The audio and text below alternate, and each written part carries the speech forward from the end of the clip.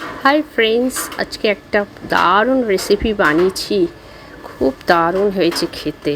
এই রেসিপিটা যদি আপনাদের সাথে শেয়ার করতে পারতাম, সত্যি আমার মনটা খুব আনন্দ পেত। চলো এখন রেসিপিটা শুরু করি, এবং এটা তৈরি করতে করতেই আমি একটু আনন্দ নেই।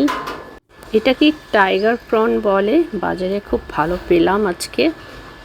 চিংড়ি মাছের ঘাড়ের ওপরে একটা ময়লা থাকে, এটাই আমি এখন পরিষ্কার করব।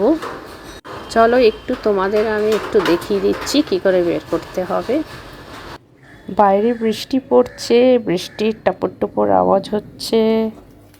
এবার আমি আগুনের মধ্যে চিংড়ি মাছটা ঝলসে নেব এপিট ওপিট করে, প্রায় 3 থেকে 4 মিনিট।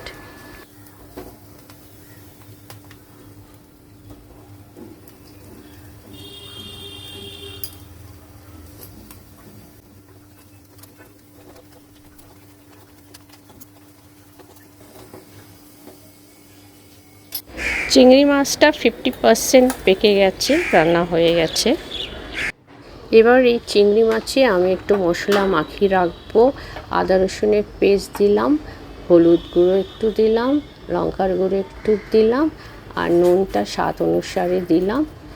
এবার একটু সর্ষের তেল দিয়ে ভালো করে মেখে 1 ঘন্টার জন্য রেখে দেব। এবার আমি ফাইনাল টেস্টটা দেব। আপনারা কিন্তু এটা সর্ষের তেল দিয়েই করবেন, তবেই টেস্টটা পাবেন। তেলটা খুব গরম হয়ে গেছে, এবার মেথি ফোড়ন দিয়ে দিলাম। এর সাথে একটু রসুন কুচি এবং কাঁচা লঙ্কা কুচি ঢেলে দিলাম।